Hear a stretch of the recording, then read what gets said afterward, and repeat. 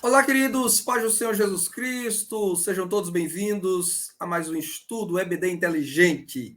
Eu, Tiago Rosas, nessa transmissão para abençoar a sua vida com mais um estudo da Palavra de Deus, agora iniciando o quarto e último trimestre do ano 2022. Isso mesmo, com a graça de Deus, vamos iniciando mais um ciclo de estudos na Palavra de Deus e agora usando a revista de adultos, editora CPAD, com comentários do pastor Ezequiel Soares, que é um dos mais doutos mestres pentecostais em território brasileiro.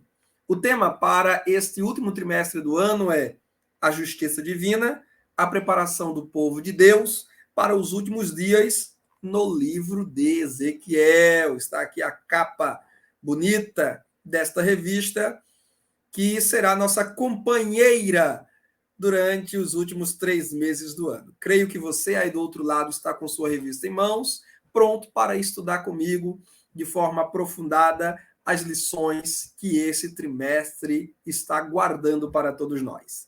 Estamos aqui em uma transmissão gravada, não conseguimos fazer a transmissão ao vivo ontem, devido à instabilidade no YouTube, então fizemos a gravação, o que não é de costume, né? Porque nós sempre fazemos a transmissão ao vivo para os nossos mentoriados e depois deixamos em modo público para todos poderem assistir. Mas agora, tanto os nossos mentoriados como não mentoriados vão assistir a essa transmissão no modo gravado. Mas vamos trabalhar para que na próxima aula, lição do número 2, a gente consiga fazer a transmissão ao vivo, tá bom? Foi por um problema do próprio YouTube, não foi problema de conexão com a internet. Infelizmente, o YouTube está passando há uma semana por algumas instabilidades e alguns irmãos, irmãs, gente que trabalha com transmissões ao vivo tem encontrado dificuldade nesse sentido. Mas nada que embarace, nada que impeça o nosso trabalho,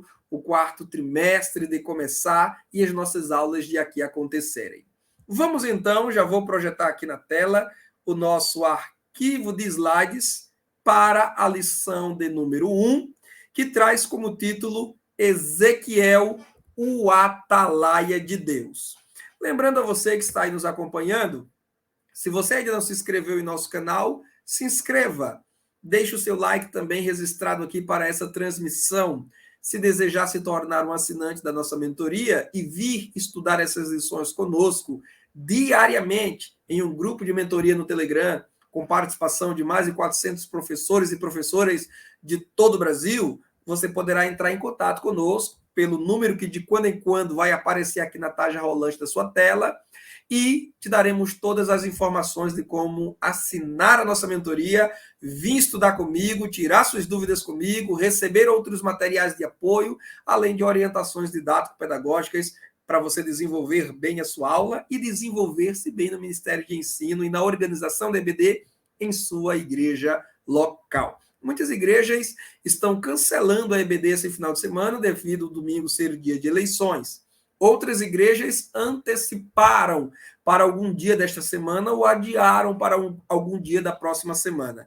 Eu creio que cancelar a EBD nunca é a melhor solução. Ou você antecipa ou você adia, mas não pode deixar de existir esse encontro, ainda mais o primeiro encontro, né, de abertura, de inauguração de um novo trimestre com uma lição tão importante para trazer uma visão geral, panorâmica do livro de Ezequiel. Então, você que vai ter a aula esse final de semana, ou na próxima semana, ou no domingo mesmo, porque também tem muitas igrejas, como a minha igreja aqui em Campina Grande, que não vai nem antecipar, nem adiar, e muito menos cancelar a EBD. Teremos aula normalmente no domingo pela manhã. Que assim seja, né? Ou uma coisa ou outra, mas não pode deixar de ter a escola dominical. Vamos então para a nossa lição. Ezequiel, o Atalaia de Deus. Aí está, olha, o nosso contato. Você que ainda não é assinante da nossa mentoria e deseja ser, está convidado a vir estudar conosco. Dá um print aí na sua tela, se você estiver acompanhando pelo celular, ou então tira uma foto se você estiver acompanhando pela sua Smart TV. Aí está o contato do WhatsApp ou Telegram para você buscar mais informações de como se tornar um mentoreado nosso, tá bom? Na minha introdução eu digo, Com a graça de Deus, estamos iniciando um novo ciclo de estudos bíblicos, agora em temas extraídos do livro do profeta Ezequiel, com forte ênfase na justiça de Deus. Essa lição de abertura do trimestre é de caráter panorâmico e introdutório. O que significam esses dois adjetivos? Significa dizer que nós teremos uma visão geral e não detalhada, faremos um detalhamento no decorrer do trimestre. Teremos muitas lições para isso. Por enquanto, será uma visão geral e introdutória, ou seja, algumas informações básicas. É possível que algumas informações importantes e interessantes acerca do livro de Ezequiel escapem da nossa aula aqui hoje, mas não tem problema.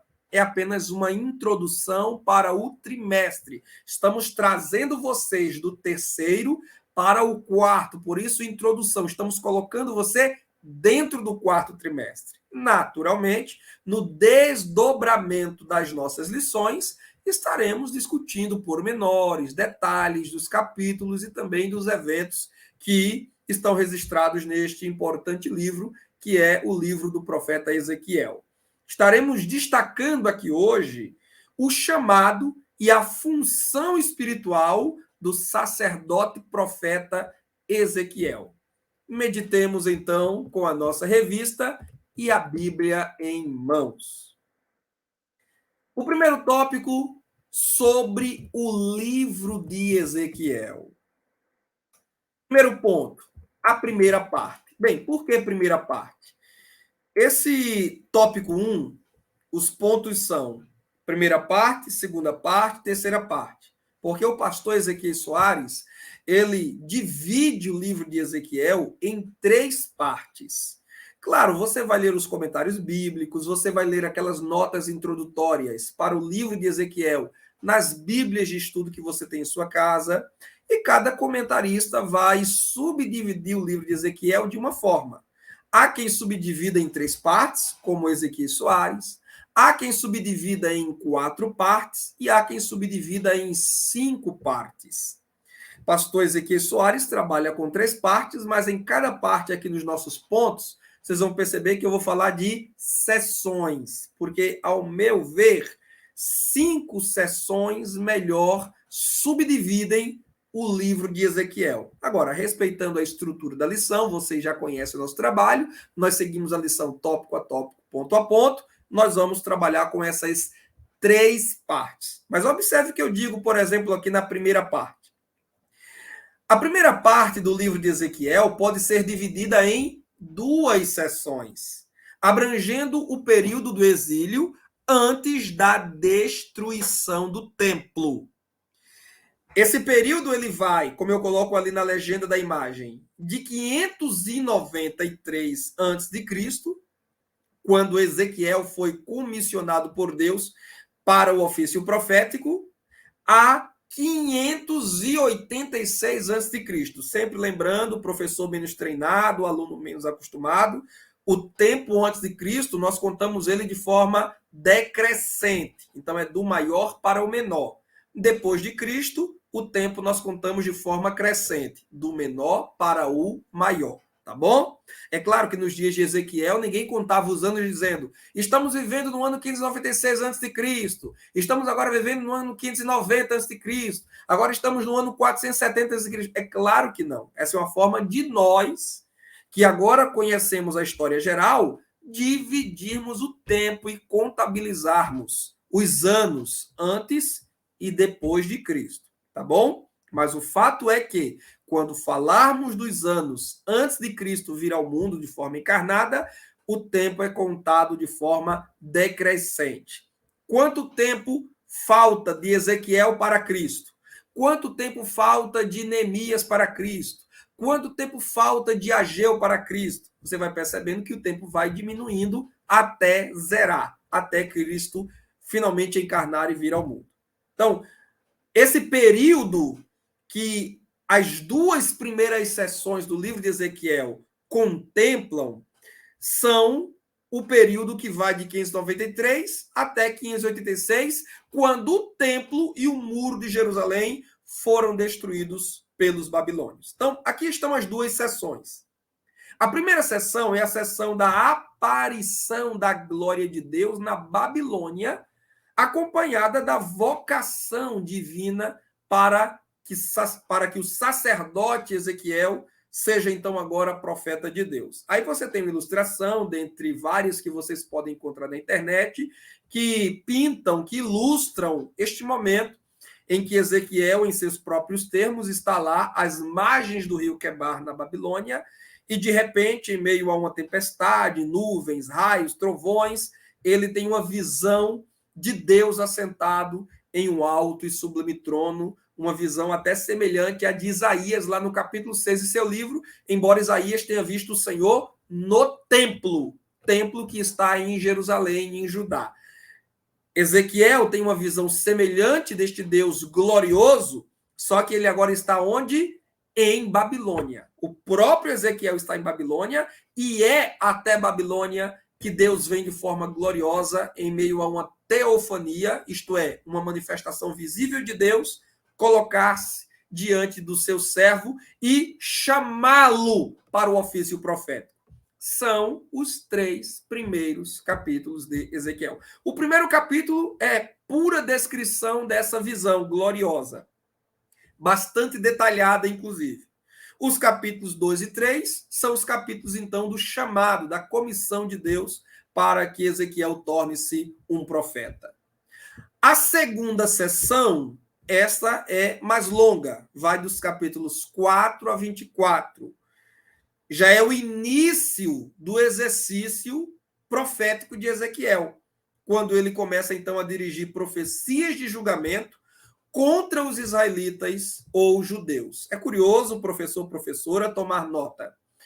Embora o reino de Israel já não fosse um só, ele estivesse dividido, e embora nos dias de Ezequiel o reino norte, que é o reino de Israel propriamente, com 10 tribos, já tivesse se dissolvido por invasão do grande império assírio esse que foi destruído pelos babilônios, que agora, no tempo de Ezequiel, domina o mundo, inclusive o reino sul de Israel, que é o reino de Judá.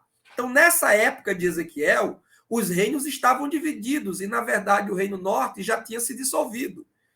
Os israelitas do norte tinham sido espalhados pelo mundo inteiro, que era a tática dos assírios de dominarem os povos que eles invadiam.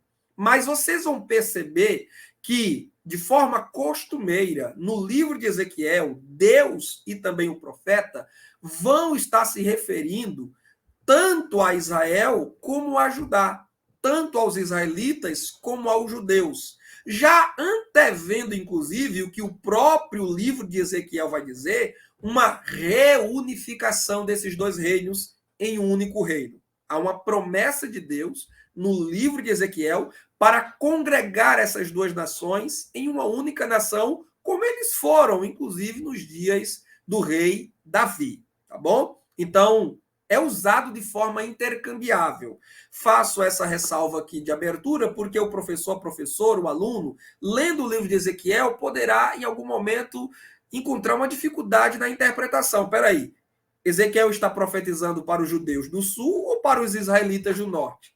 Se os israelitas do norte já tinham se espalhado pelo mundo e o reino já tinha se dissolvido, por que ele faz menção aqui dos israelitas? Por que ele faz menção de Israel? É justamente porque Deus está lidando com ambos os povos como um único povo, ambos os reinos como um único reino, ainda que também aqui e ali Deus faça distinção, porque isso também vai acontecer. Na verdade, no livro de Ezequiel vai acontecer as duas coisas.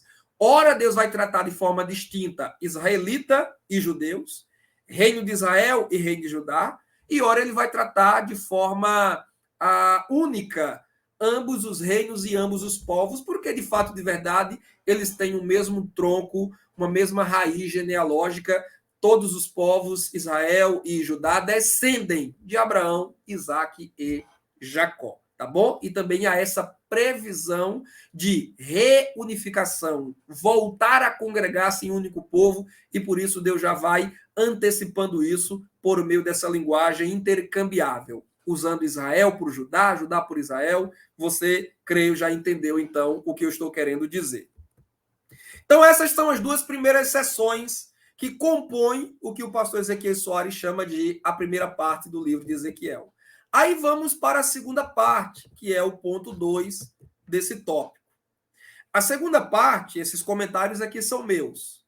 A segunda parte do livro de Ezequiel traz uma sessão em que há profecias de juízo contra 7 nações em volta de Judá.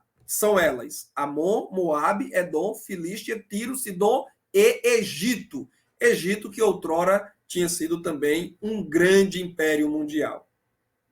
Essa segunda parte do livro de Ezequiel se estende dos capítulos 25 a 32. É uma porção menor que a parte anterior e é uma seção do livro de Ezequiel que demonstra o domínio soberano de Deus sobre toda a terra. Deus acima de todos.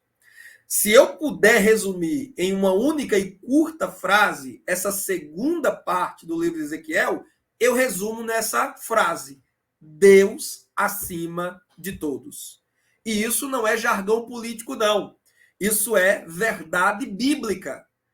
Porque Ezequiel, ele é de Judá, vamos falar disso mais adiante.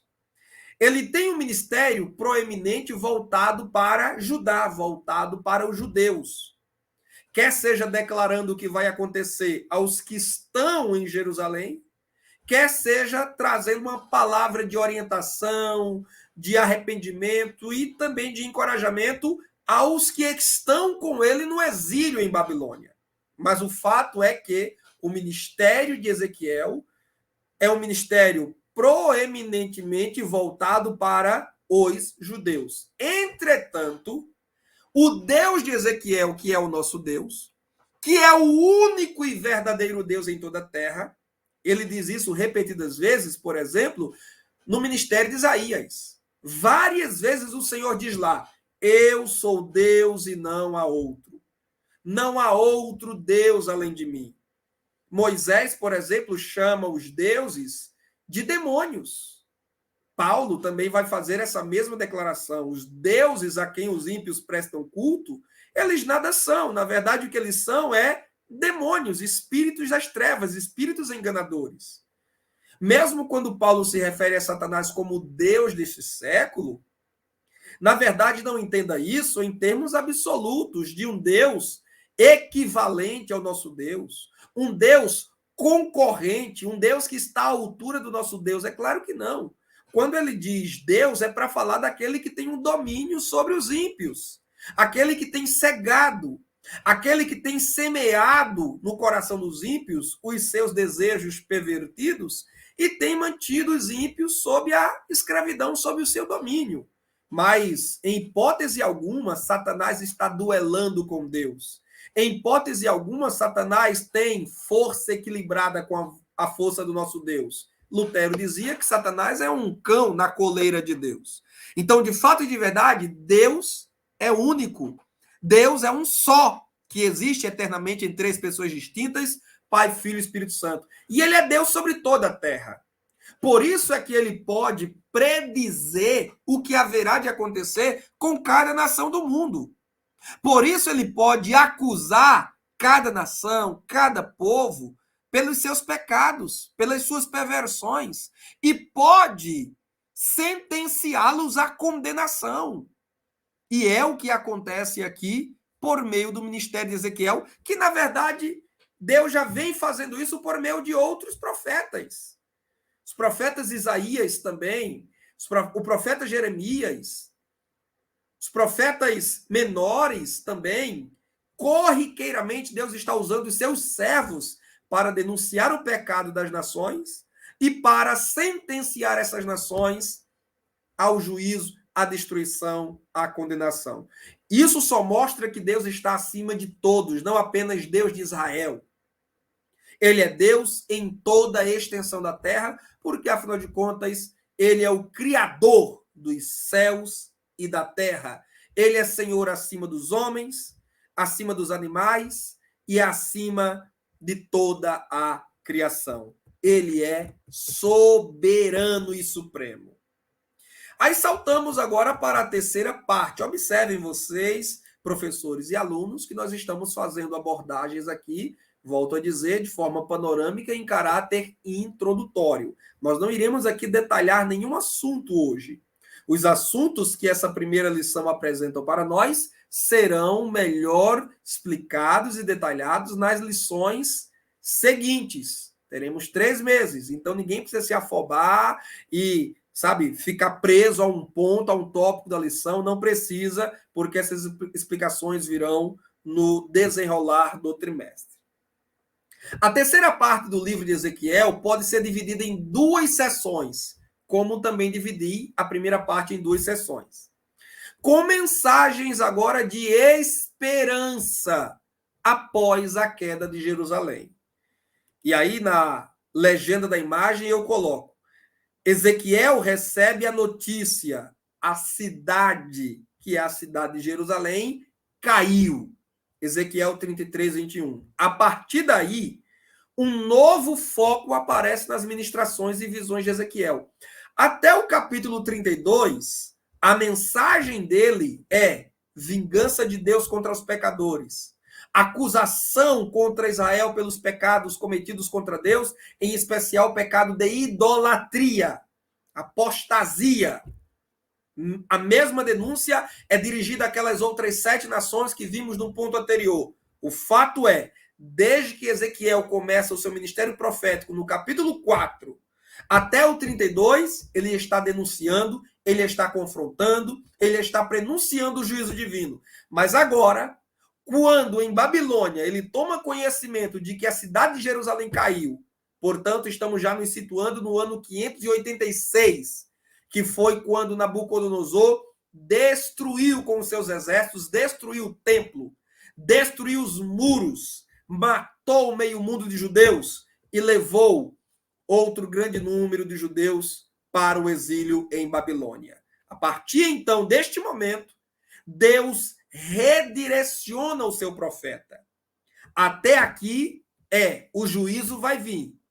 Como o juízo já veio, agora é hora de Deus anunciar a restauração. Deus vai varrer a idolatria. Deus vai tirar o coração de pedra e colocar um coração de carne. Essa é uma linguagem também no livro do profeta Ezequiel. Então, a partir daí, as ministrações e também visões de Ezequiel começam a ganhar uma nova conotação, que é a da esperança, a da restauração, o do reavivamento espiritual e social, destacando-se a visão do Vale de Ossos Secos, que é, indubitavelmente, o capítulo mais conhecido dentro do livro de Ezequiel, é o capítulo 37, é o capítulo preferido dos pregadores. Quem aqui é pregador e nunca pregou em cima de Ezequiel 37? Ou você que é membro de igreja, você nunca ouviu uma pregação baseada em Ezequiel 37? Eu estou certo de que pregadores veteranos já pregaram e crentes veteranos já ouviram, pelo menos uma vez, uma pregação dentro desse capítulo, que é o mais famoso. E que, a despeito da imagem que eu trago aí para vocês ser um tanto fantasmagórica, porque mostra Ezequiel em pé no meio desse vale de ossos secos, mas vocês sabem o episódio, essa cena, como ela termina.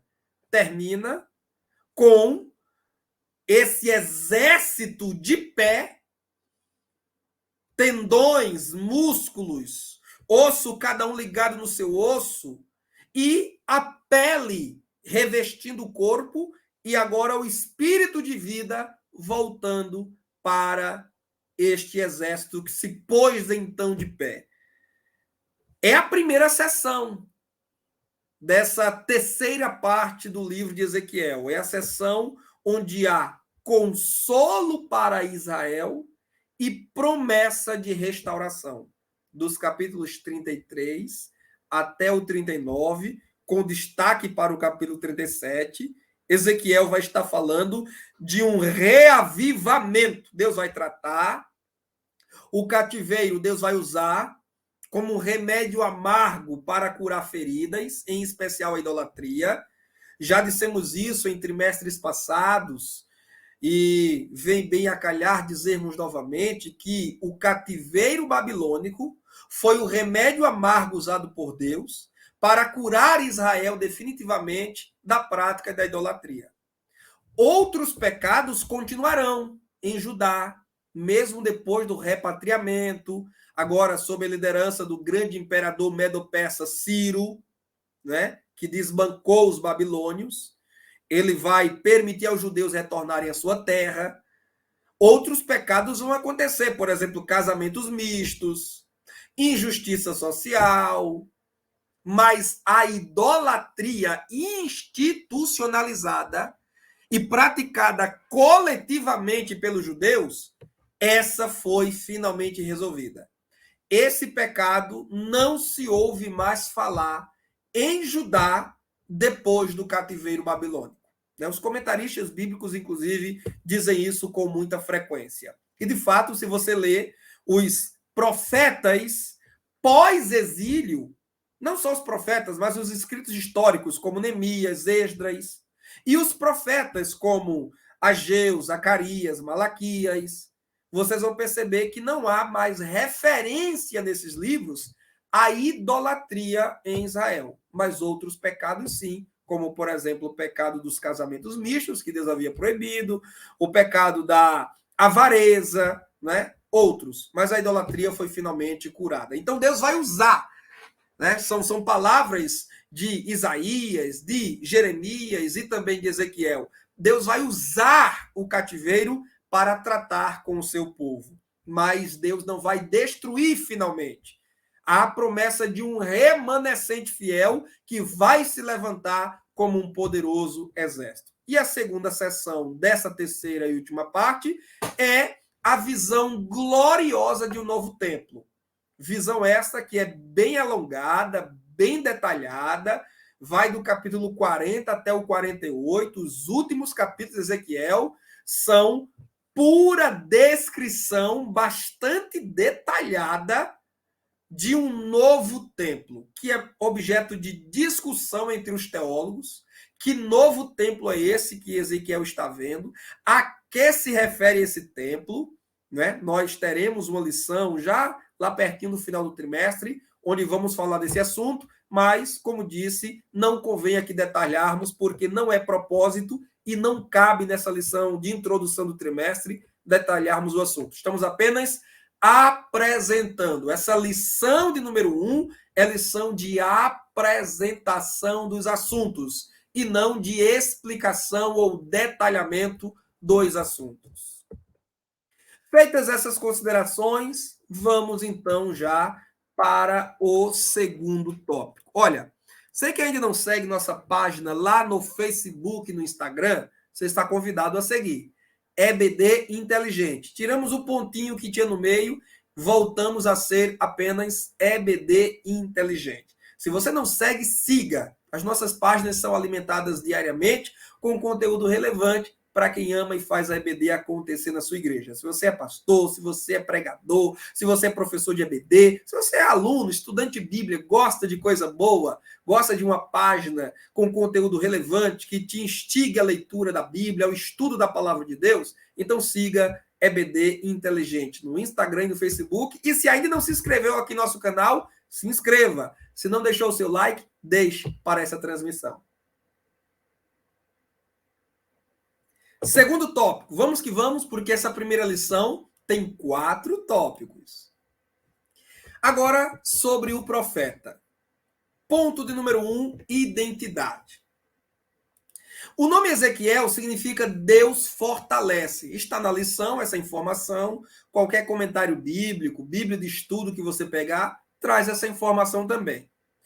Deus fortalece ou fortalecido por Deus. Ali está na legenda da imagem. Ezequiel vem de 2 palavras em hebraico. Shazak, que significa fortalecer, é um verbo. Fortalecer, mais El, que na língua hebraica é Deus, é o título de Deus. Né? O nome próprio é Yahvé. Geralmente, quando você vê na Bíblia nomes próprios que terminam com El, Ezequiel, Daniel, Joel, Israel. Pode pesquisar lá no dicionário bíblico que tem o nome Deus dentro desses nomes. Daniel, Ezequiel, Joel, Israel. O nome Deus está ali, né? Então, geralmente é Deus alguma coisa. E também quando El vem no início do nome, como, por exemplo, no início do nome Elias ou Eliseu. Curiosamente, você vai pesquisar também na língua hebraica e você vai ver que esses nomes fazem alguma referência a Deus. No caso de Ezequiel, Deus fortalece. Seu comissionamento divino para ser profeta veio no 30º ano. Muito certamente o seu 30º ano de vida. Os comentaristas aqui discutem e há comentários bíblicos que apresentam várias explicações possíveis para esse 30º ano que Jeremias, ou melhor, Ezequiel menciona no primeiro versículo de seu livro. Mas como ele não apresenta nenhum predicado, nenhum qualificativo para esse 30º ano de quem ou de quê? Ele não diz. Então, os comentaristas bíblicos, boa, considerável parte deles, tem considerado, e é também a nossa opinião, que seja uma referência ao seu próprio 30º ano. Isso é, ao 30º ano de Ezequiel.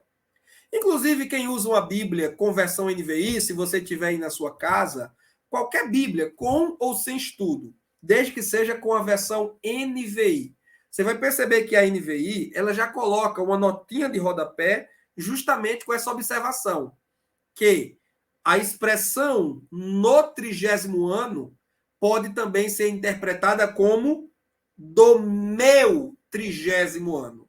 A NVI ela já coloca essa observaçãozinha como uma nota de rodapé.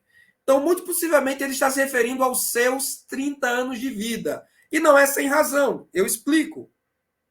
Os 30 anos eram muito especial para os homens levitas descendentes de Arão, como é o caso de Ezequiel. No ponto seguinte, vamos explicar. Pois era o ano de iniciarem o ofício sacerdotal. Você vai conferir essa informação em Números, capítulo 4, versículo 3, combinando com o primeiro livro das Crônicas, capítulo 23, verso 3. 30 anos era a idade com que os levitas iniciavam seu serviço no tabernáculo, nos dias lá de Moisés e Arão, e no templo, quando ele agora já estava construído a partir de Salomão. Então, era a partir dessa idade que os levitas, descendentes de Arão, sobre os quais estava o sacerdócio, iniciavam os seus trabalhos sacerdotais. Então, é muito provável que Ezequiel propositalmente esteja dizendo para o leitor que foi no ano em que ele deveria iniciar o seu ofício sacerdotal que Deus o chamou para exercer o ofício profético. Até porque, fora de Jerusalém, sem o templo, sem o altar, sem os sacrifícios, exilado em Babilônia, onde não há templo e ainda não há sinagoga sequer, à beira do rio, observe onde é que ele está, possivelmente em um lugar de oração, como os judeus lá nos dias de Paulo, quando ele chega em Filipos, né, Atos 16, estão à beira de um rio, né? Algumas mulheres estão à beira de um rio em um período de oração do dia de sábado.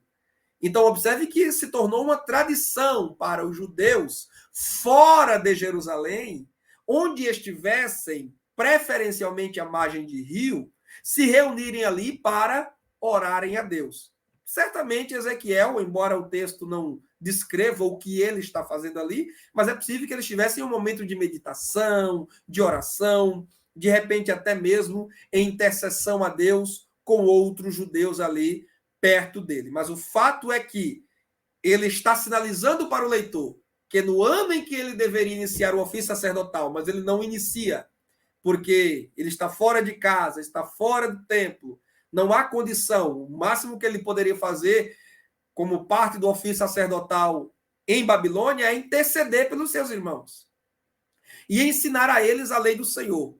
Mas, nesse caso, Ele se caracterizaria muito mais como um profeta, e é o que ele vai ser agora, do que como um sacerdote propriamente, visto que o trabalho mais elementar, mais básico do sacerdote era a de oferecer sacrifícios a Deus em favor do povo lá no templo, né? Imolando os animais, derramando sangue nas pontas do altar e oferecendo sacrifícios a Deus. O que Ezequiel, por força das circunstâncias, está impedido de fazer. Alguns comentaristas, inclusive, sugerem, como, por exemplo, nesse comentário que eu recomendo vocês tomarem, né, como livro de estudo para esse trimestre, comentário da editora Vida Nova, de Ezequiel, o comentarista é o John Taylor, ou João Taylor, né? Ele vai dizer aqui, não só ele, outros comentaristas que eu pude consultar, chegam a cogitar a possibilidade de Deus estar compensando Ezequiel pelo fato de ele não poder exercer o ministério sacerdotal com o ofício profético. Meio que Deus vem e traz um cargo para ele, uma responsabilidade. Não é exatamente um presente, um prêmio, porque eu não sei se nós poderíamos tratar o ofício profético como um presente, como um prêmio, como uma recompensa propriamente. Mas é uma compensação, né? O homem de Deus, naquela época, era desejo de um levita, descendente de Arão, era desejo dele, certamente havia uma expectativa, né? Porque era uma posição de honra, assim, ser um sacerdote, ser um líder espiritual para Israel, era uma posição que certamente todo homem levita, ao menos os descendentes de Arão, porque evidentemente nem todos eram, né? Mas os descendentes de Arão havia uma forte expectativa de exercerem esse ofício. Na impossibilidade de Ezequiel exercer, Deus vem e lhe entrega uma missão. Ele não vai ficar sem ter o que fazer. Ele vai trabalhar, ele vai servir a Deus como seu porta-voz, né? Palavra profeta na língua hebraica, o termo mais recorrente na língua hebraica é o termo navi, que significa porta-voz, aquele que leva a mensagem de alguém para outras pessoas. E é exatamente o que Ezequiel vai ser aqui. Aí a gente continua no ponto 2, falando sobre a procedência de Ezequiel. Ezequiel é apresentado como sacerdote e filho de Buzi, ou Buzi, como você queira pronunciar. Sobre o pai dele, nós não temos mais informações. Agora, considerando que ele é mencionado como sacerdote, o próprio Ezequiel é mencionado como sacerdote, logo a gente conclui que ele descendia da tribo de Levi e da linhagem de Arão, irmão de Moisés, porque é sabido de todos, desde o Pentateuco, que o sacerdócio em Israel foi entregue aos descendentes de Arão. Ezequiel foi levado à Babilônia na segunda leva de judeus. Inclusive, é preciso fazer essa correção aí na revista, porque o pastor Ezequiel Soares coloca a informação que Ezequiel foi na primeira leva de deportados para a Babilônia em 597. A data está correta, mas não é a primeira leva. A primeira leva de judeus para a Babilônia foi feita em 605, o ano do triunfo, da ascensão do Império Babilônico com seu imperador Nabucodonosor. Em 605, a primeira leva, que é quase que exclusivamente ou exclusivamente de gente mais importante de Judá, príncipes e nobres. Entre eles vai Daniel e seus 3 amigos, Misael, Hananias e Azarias. Leia lá o capítulo 1 de Daniel e você vai ver. Quando Jeoaquim era então rei de Judá. Vai a primeira leva.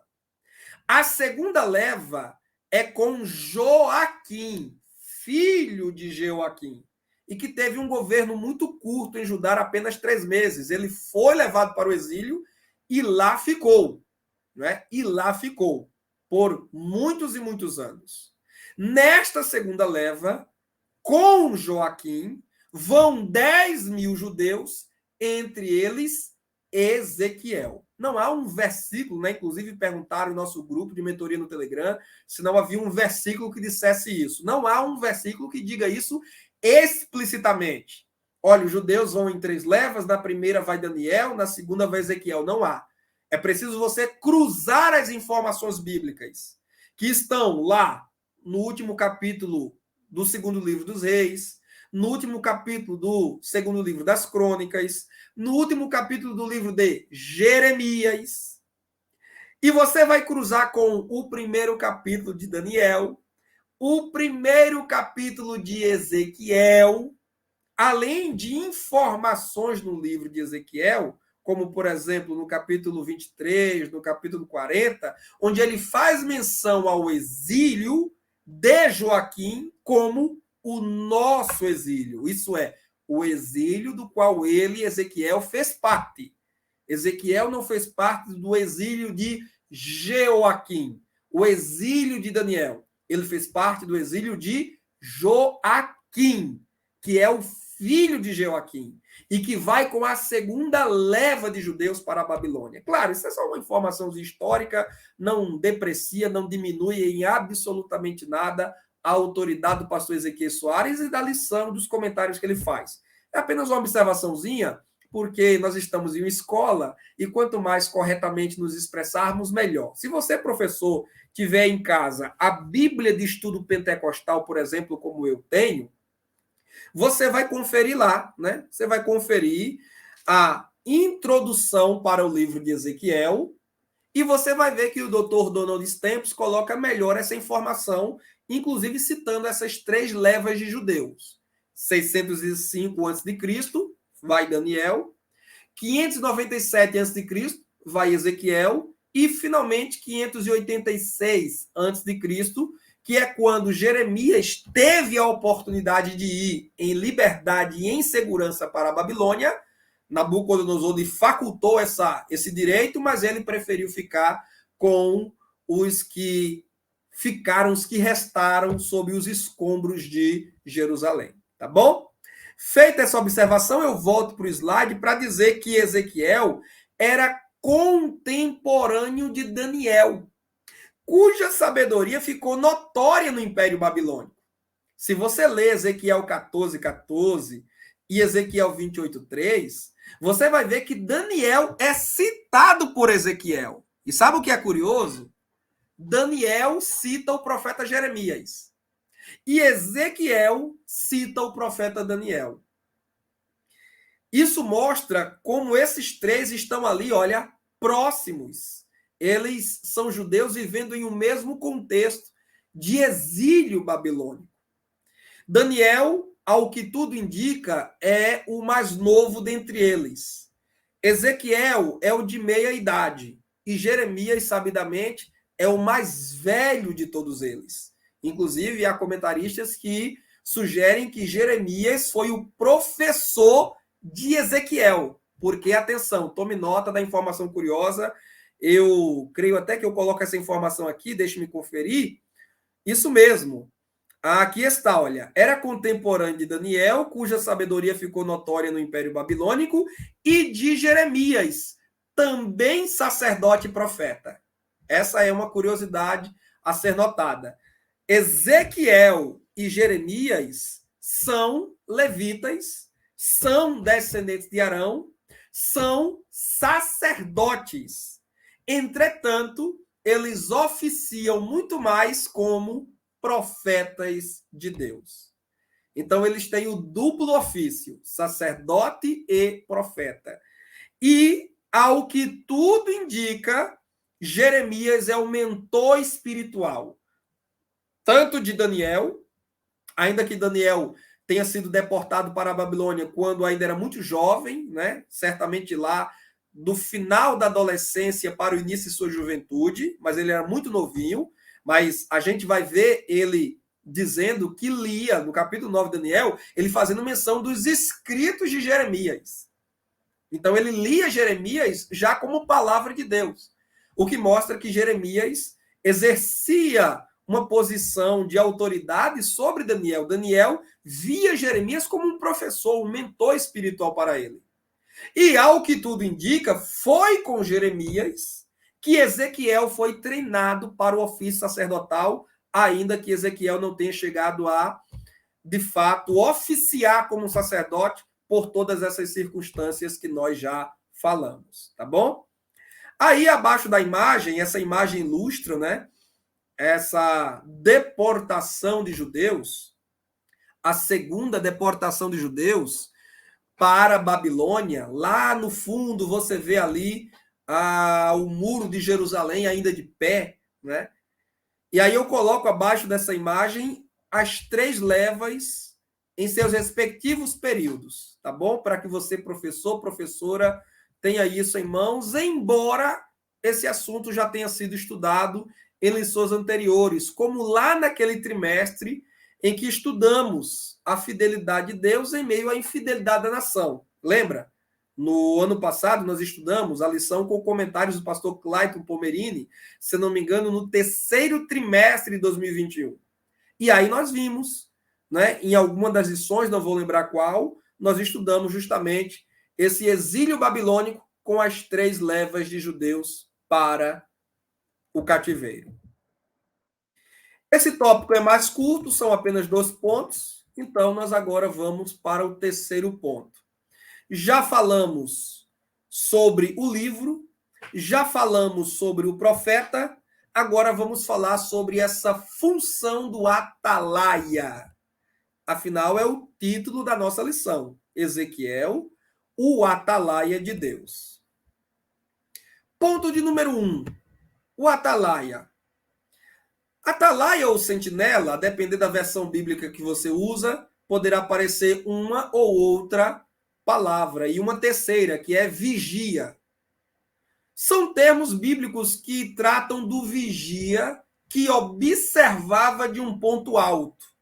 Essa ilustração está aí para nos mostrar justamente a posição do sentinela. Você observa que ele está aí em uma elevação, em cima de um muro, em cima de uma grande penha, de uma grande rocha, com uma buzina. Inclusive, o livro de Ezequiel vai falar justamente disso.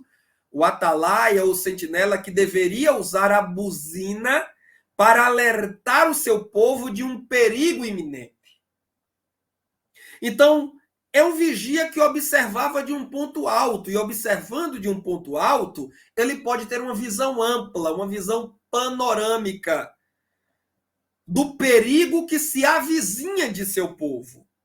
De modo que tudo que acontecia e que ele observava tudo o que acontecia e tinha a responsabilidade de comunicar aos seus superiores e ao povo qualquer eventual perigo ou ameaça que se aproximava.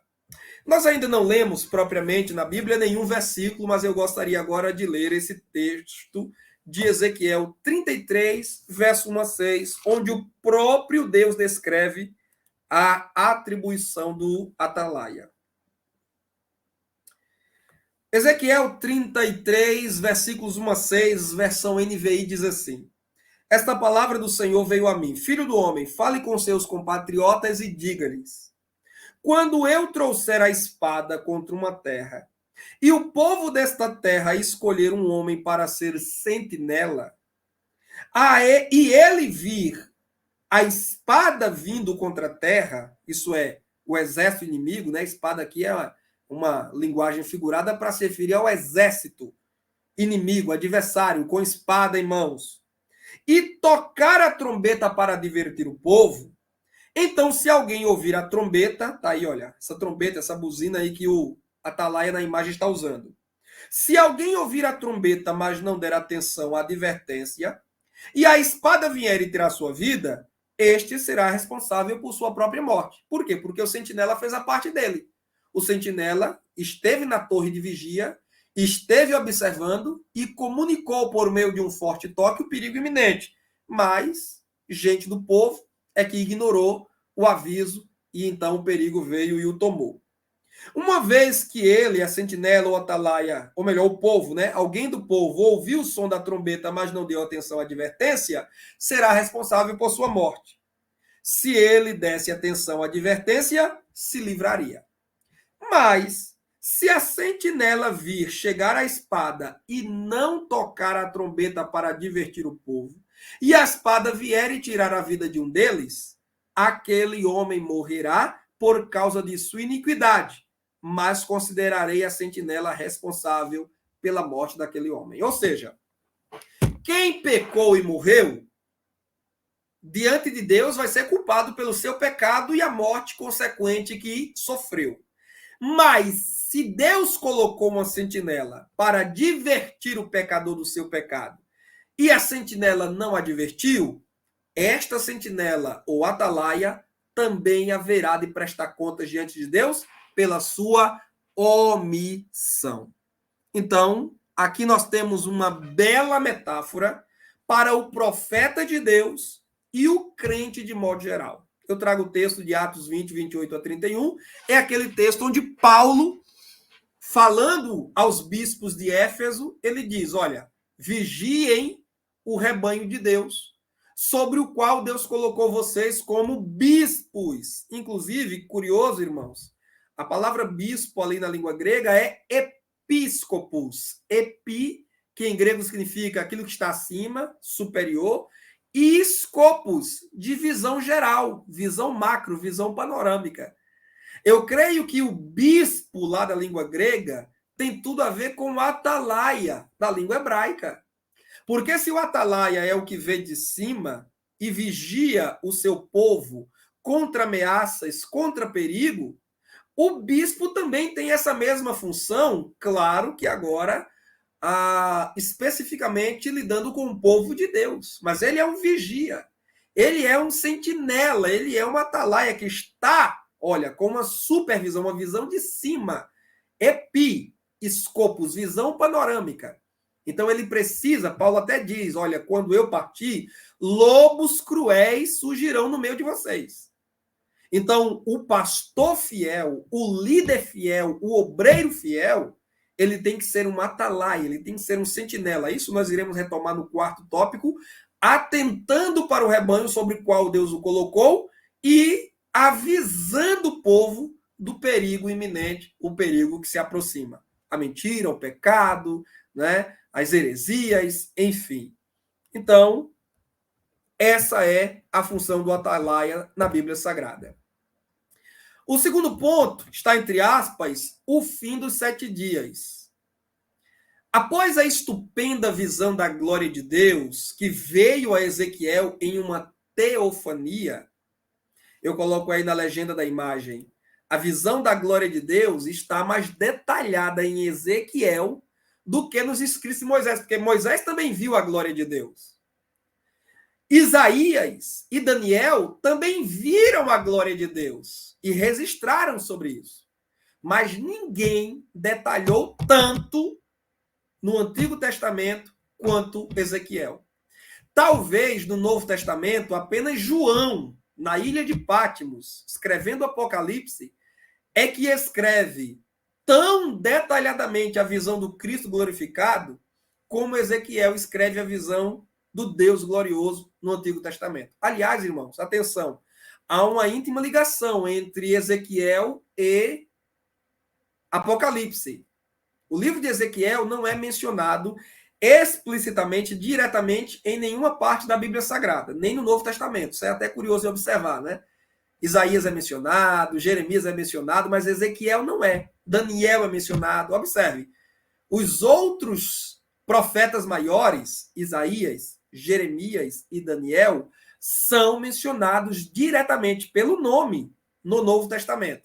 Mas Ezequiel não é. Embora tenha escrito tanto, ele não é mencionado diretamente. Pode pesquisar, se você tem uma Bíblia digital ou está aí com a Bíblia online, você pode digitar aí, né? Ezequiel, e botar para pesquisar no Novo Testamento. Não há nenhuma menção a Ezequiel no Novo Testamento. Mas Ezequiel é bastante mencionado de forma indireta.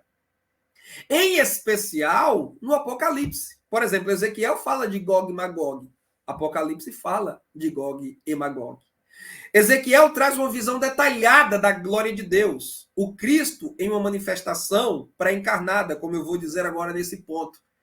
João, na ilha de Patmos, também tem uma visão gloriosa e ele descreve com detalhes. Veja, por exemplo, além de outros capítulos, o primeiro capítulo de João, ou seja, o primeiro capítulo de Apocalipse, onde João traz uma visão detalhada do Cristo glorioso que apareceu a ele e diante de quem João caiu prostrado, como Ezequiel também caiu prostrado diante das visões que ele recebeu. Né?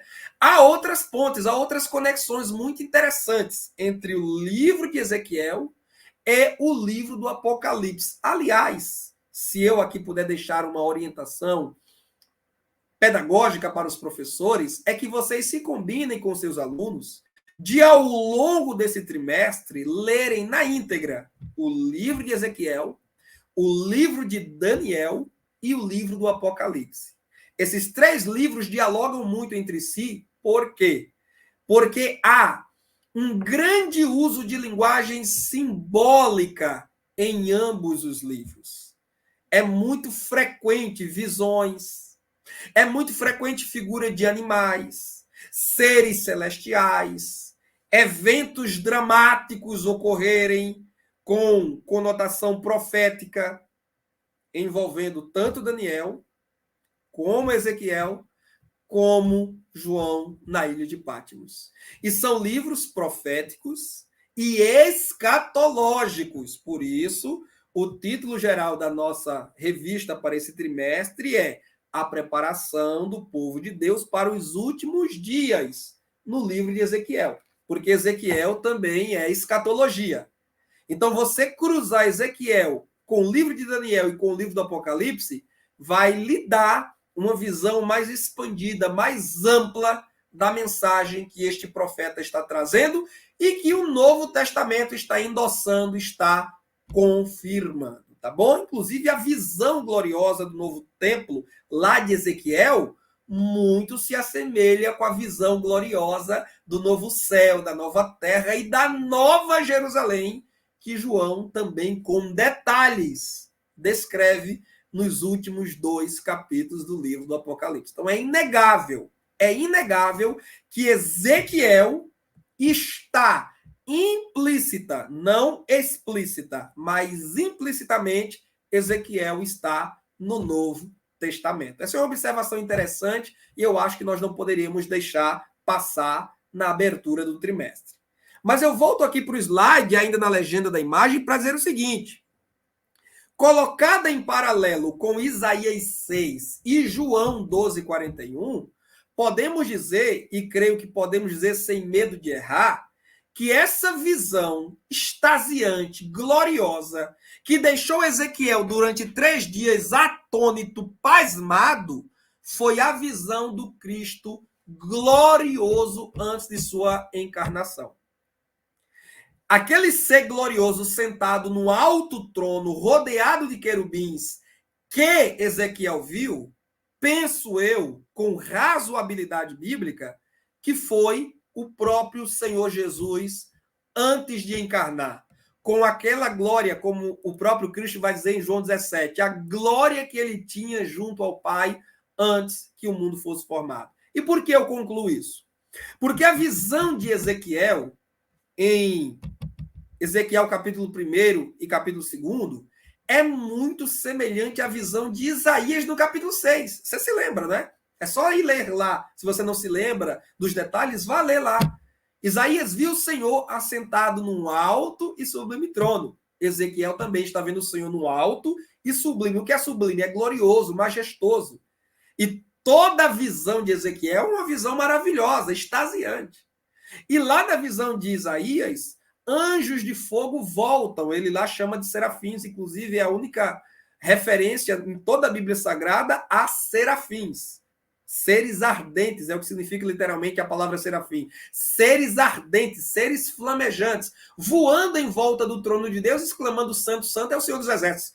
Ezequiel também, à margem do rio Quebar em Babilônia, ele vê anjos, seres gloriosos em volta de Deus, que ele vai chamar de querubins, lá pelo capítulo 10 do seu livro. Então, a visão colocada em paralelo uma ao lado da outra são muito semelhantes essas duas visões. De modo que, penso eu, e se colocarmos a visão de João na ilha de Patmos, Apocalipse capítulo 1, em paralelo a essas duas, aí fica, para mim, fechada a conta que se trata, de fato, de Cristo Jesus esse ser glorioso. Aliás, professor, professora, você sabe disso, né? Se você pegar aí os comentários bíblicos que você tem em casa, você vai observar que com muita frequência os comentaristas costumam dizer que todas as manifestações visíveis de Deus no Antigo Testamento são manifestações cristofânicas. Elas são teofânicas porque são manifestações de Deus, mas são manifestações cristofânicas porque são manifestações específicas de Cristo antes da sua encarnação, né? Os comentaristas dizem que o Pai nunca se revelou visivelmente, o Espírito Santo também nunca se revelou visivelmente, mas Cristo sim é esse ponto de contato entre Deus e os homens desde o Antigo Testamento, inclusive.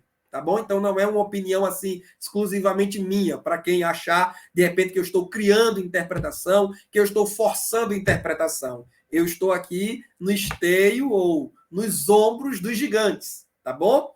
Mas por que eu coloco João 12:41 aqui? É porque em João 12:41, o evangelista João, o apóstolo João, fazendo menção de Isaías 6, pode ler lá, João 12, na íntegra, e você vai ver que a citação que João faz ali é extraída de Isaías 6.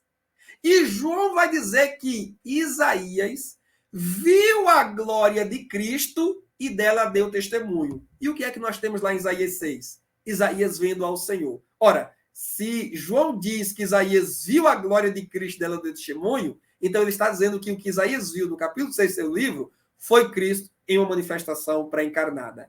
E como essa visão é muito semelhante à de Ezequiel, eu sou levado a crer, sem constrangimento, que Ezequiel também viu a Cristo em uma manifestação pré-encarnada. Tá bom? Então, a cristologia.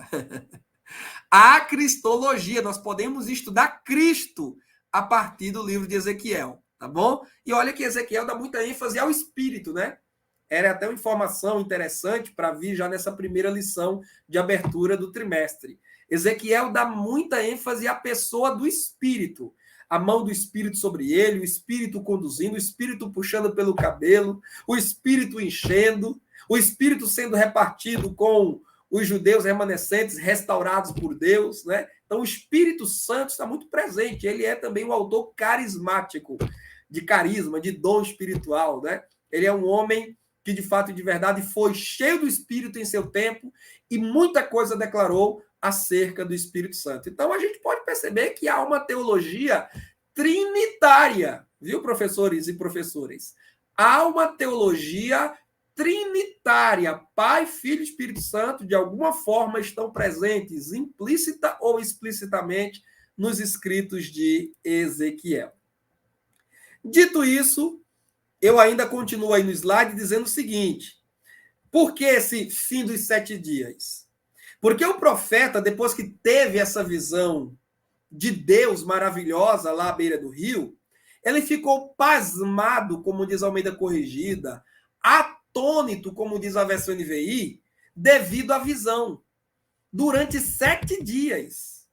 Ele não partiu logo para profetizar, ele não foi logo falar com outras pessoas o que ele viu. Ele ficou calado, mastigando, digerindo, meditando, refletindo sobre o peso dessa grande visão que ele teve, a ponto de ele sentir as forças desfalecerem. Vocês sabem, ter uma visão de Deus naquela época, ter uma visão teofânica, era coisa que assustava. Veja, por exemplo, Isaías, quando viu o Senhor: ai de mim, que vou perecendo, pois sou homem de lábios impuros e habito no meio de um povo de impuros lábios. E os meus olhos viram o Senhor. Então veja, ai de mim que vou perecendo, vou morrer, porque eu vi a Deus. Então contemplar a glória de Deus era coisa muito séria. Não era coisa para brincar, não era coisa qualquer, não causava apenas uma emoção de momento. Aqueles que tiveram o privilégio de ter um vislumbre do Senhor, uma visão teofânica de Deus, esses sentiram arrepios, tremedeira e o desfalecer das suas forças físicas durante 7 dias. Inclusive, eu coloco aqui no final do slide: assim como Daniel se impressionou e chegou a desfalecer diante das visões que teve, também Ezequiel chegou a desfalecer. Então, olha os paralelos que eu estou cruzando aqui, professor, professora. Você é inteligente, você está percebendo. A visão que ele teve, Ezequiel teve, é muito semelhante à de Isaías. A experiência dramática que ele teve é muito semelhante à de Daniel, porque Daniel pode ler lá, capítulo 8, versículo 18, versículo 27. Daniel vai dizer que diante das visões que ele teve, ele chegou a adoecer, ele perdeu as forças. Foi necessário o Senhor enviar o anjo Gabriel para fortalecer Daniel e colocá-lo de pé, porque ele desfaleceu perante a visão daquilo que haveria de acontecer. E então, Ezequiel tem visão semelhante e experiência semelhante, tá bom? Então, ele tem proximidade com Isaías na visão que ele tem de Deus. Ele tem proximidade com Daniel na experiência física, na emoção que ele sente, na reação dramática em seu corpo. E ele também tem muita semelhança com Jeremias. Sabe por que ele tem muita semelhança com Jeremias? Porque você vai ler lá os capítulos primeiros de Jeremias e os capítulos primeiros, os primeiros capítulos de Ezequiel, e você vai perceber que o que Deus diz a Jeremias, ele diz a Ezequiel. Deus vai fortalecer Jeremias. Ele não deve ter medo do povo. Também é dita a mesma coisa a Ezequiel. Deus vai fortalecê-lo. Ele não deve ter medo do povo. Deus diz a Jeremias, vou colocar você para derrubar, para arrancar. Ele diz para Ezequiel, vou colocar você como testa de ferro. Então, a promessa de Deus para Jeremias é muito semelhante à promessa para Ezequiel. Só para dizer a você, professor, professora, que esses profetas maiores, Isaías, Jeremias, Ezequiel e Daniel, tiveram experiências semelhantes. Eles comungam de muitas experiências.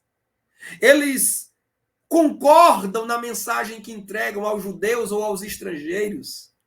E eles sentiram na pele experiências dramáticas ímpares dentro do contexto que cada um viveu. Isaías, profeta palaciano, muito antes da invasão babilônica. Daniel, profeta palaciano, no estrangeiro, para os imperadores babilônios. Jeremias, profeta para o povão que ficou lá debaixo dos escombros em Jerusalém. E Ezequiel, profeta para o povão lá em Babilônia, entre os exilados. Dito isso, avançamos para o próximo ponto, que é a expressão filho do homem. Essa expressão já era usada desde os tempos dos patriarcas. Nós não vamos ler aqui, mas se você pegar aí Jó 25:6, Salmos 8:4, você vai ver que a expressão filho do homem não é inédita em Ezequiel, não é nova, não é a primeira vez que essa expressão é usada. Mas somente em Ezequiel ela ocorre mais de 90 vezes. Atenção, é o homem em toda a Bíblia Sagrada que foi mais chamado por esse título, Filho do Homem. A começar do capítulo 2, versículo 1, Deus já se dirige a ele dizendo, Filho do Homem, põe-te de pé e falarei contigo. E aí, até o final do livro, nós vemos mais de 90 ocorrências dessa expressão só para referir-se a Ezequiel. Aqui eu aproveito para fazer uma outra correção na revista, porque o pastor Ezequiel Soares ele vai dizer aqui na lição que nenhum outro profeta recebe esse título. Você está aí com a lição em mãos, tópico 3.3, pastor Ezequiel Soares vai dizer aqui no meio do comentário que nenhum outro profeta recebe esse título. Eu não entendi por que o pastor Ezequiel Soares disse isso, porque no livro de apoio, ele deixa claro que conhece o texto de Daniel 8:17, onde Daniel foi, sim, chamado também de filho do homem. Apenas uma vez, é verdade. Apenas uma vez Daniel foi chamado de filho do homem, mas foi. E Daniel é profeta. Aí eu não entendi porque o pastor Ezequiel Soares, ele colocou aqui na página, deixa-me ver aqui se é a página 20, se não me engano. Ele colocou exatamente assim. Isso, página 20. Ele reproduz o que está na lição, quando ele diz: nenhum outro profeta é chamado assim, de filho do homem, mas ele acrescenta: essa expressão reaparece em Daniel, mas não é usada para se referir a algum profeta. Aí ele até coloca Daniel 8,17. Como assim? Essa expressão não é usada para se referir a algum profeta. Daniel é profeta. Mateus 24,15, o próprio Jesus se refere a Daniel como profeta Daniel. Daniel é contado entre os profetas maiores. Ele foi porta-voz de Deus em Babilônia, no palácio, para os imperadores. Deus usou Daniel muitas vezes para falar aos reis, inclusive para trazer interpretações de sonhos, de visões, enfim. Está fora de discussão se Daniel era ou não profeta. Ele é profeta. Então eu não entendi porque o pastor Ezequiel Soares demonstra conhecer o texto de Daniel, onde ele é chamado de filho do homem, mas ele diz que essa expressão não é usada para se referir a algum profeta. Confesso que não entendi, me parece autocontraditória essa afirmação. Na verdade, a maioria das vezes é usada para Ezequiel. Mais uma vez, não se pode descartar, é usada para Daniel e em várias outras vezes no cotidiano essa expressão era uma forma das próprias pessoas se referirem a si mesmas e umas às outras, como humano, porque é o que significa filho do homem. Fala da humanidade limitada e dependente de Deus. Somente isso. Quando se trata alguém como filho do homem no Antigo Testamento, é para falar de homem, humanidade, limitada, pequena, dependente de Deus, que não é autossuficiente. Esse filho do homem não é autossuficiente, ele depende de alguém. Aí agora a gente vai para o Novo Testamento e vê Jesus, que é Deus encarnado, tomando esse título para si e como seu título preferido. Lucas 19:10, por exemplo, Jesus diz: o Filho do Homem veio buscar e salvar o que se havia perdido. Outra curiosidade para você tomar nota aí. Há muitos títulos aplicados a Cristo no Novo Testamento. Aliás, a própria palavra Cristo é um título, né? Porque Cristo não é sobrenome de Jesus. Quando Maria e José registraram Jesus, não registraram ele como Jesus Cristo de Nazaré. Essa expressão completa é o uso que nós fazemos e que a Bíblia também faz. Mas Cristo é um título que foi anexado ao nome próprio Jesus. Cristo, você sabe, é de origem grega, tem o mesmo significado da palavra Messias, em hebraico, que significa ungido, capacitado por Deus para uma missão. Pois bem, a palavra Cristo, que é o título mais usado pelos autores do Novo Testamento para se referir a Jesus, não foi a palavra mais usada por Jesus para se referir a ele mesmo. Ele até desaconselhava, enquanto ele estava na terra, ele desaconselhava que apresentassem ele publicamente como Cristo. E há razões para isso que não vem ao caso aqui tratar. Mas a expressão filho do homem, ele mesmo fez questão de muitas vezes usar. É, na verdade, o título, atenção para a curiosidade, é o título que Jesus mais usa para se referir a ele mesmo. Mais do que mestre, mais do que Senhor, mais do que Cristo, mais do que Salvador, mais do que Filho de Deus. Pode ler lá, pode pesquisar. Jesus muito mais se refere a si mesmo como Filho do Homem. E, claro, os tradutores para a língua portuguesa tiveram cuidado de grafar filho com F maiúsculo, para distinguir Jesus, filho do homem, dos outros filhos dos homens, né? Porque Jesus Cristo, ele é homem, sim, perfeitamente homem, mas perfeitamente Deus. Então, ele é um homem, vamos dizer assim, especial, diferente de todos os demais. A sua humanidade foi igual à nossa, sujeita às limitações, sujeita à dor, sujeita à morte, como ele passou pela experiência da morte. Agora não, agora glorificado, ele não está mais sujeito a nada disso, né? Seu corpo revestido de imortalidade, de incorruptibilidade, não mais padece fome, sede, frio, cansaço, sono, nem morte. Não está mais sujeito a isso. Mas antes da ressurreição, ele esteve sujeito a todas essas experiências humanas, porque o seu corpo não é aparente, é literal. Os gnósticos é que diziam que o corpo de Cristo apenas parecia corpo humano, mas não era literalmente corpo humano. Essa tese nós refutamos, os apóstolos, a igreja primitiva refutaram, o apóstolo João certamente é o que mais se dedicou, especialmente nas suas epístolas, a refutar essa tese gnóstica, e ele reafirma que Cristo de fato se fez carne e habitou entre nós, literalmente. Inclusive, pós-ressurreição, ele ressuscita em corpo literal, tangível, palpável, visível, claro, não mais sujeito às limitações e necessidades que outrora ele sofria. Então, Jesus Cristo é o Filho do homem, no sentido de que ele é homem também. E diga-se de passagem, enquanto exercendo seu ministério terreno, também esteve dependente do Pai, também esteve dependente do Espírito Santo, não é? Observe que é o próprio Jesus quem diz: o Espírito do Senhor está sobre mim, pelo que me ungiu a pregar.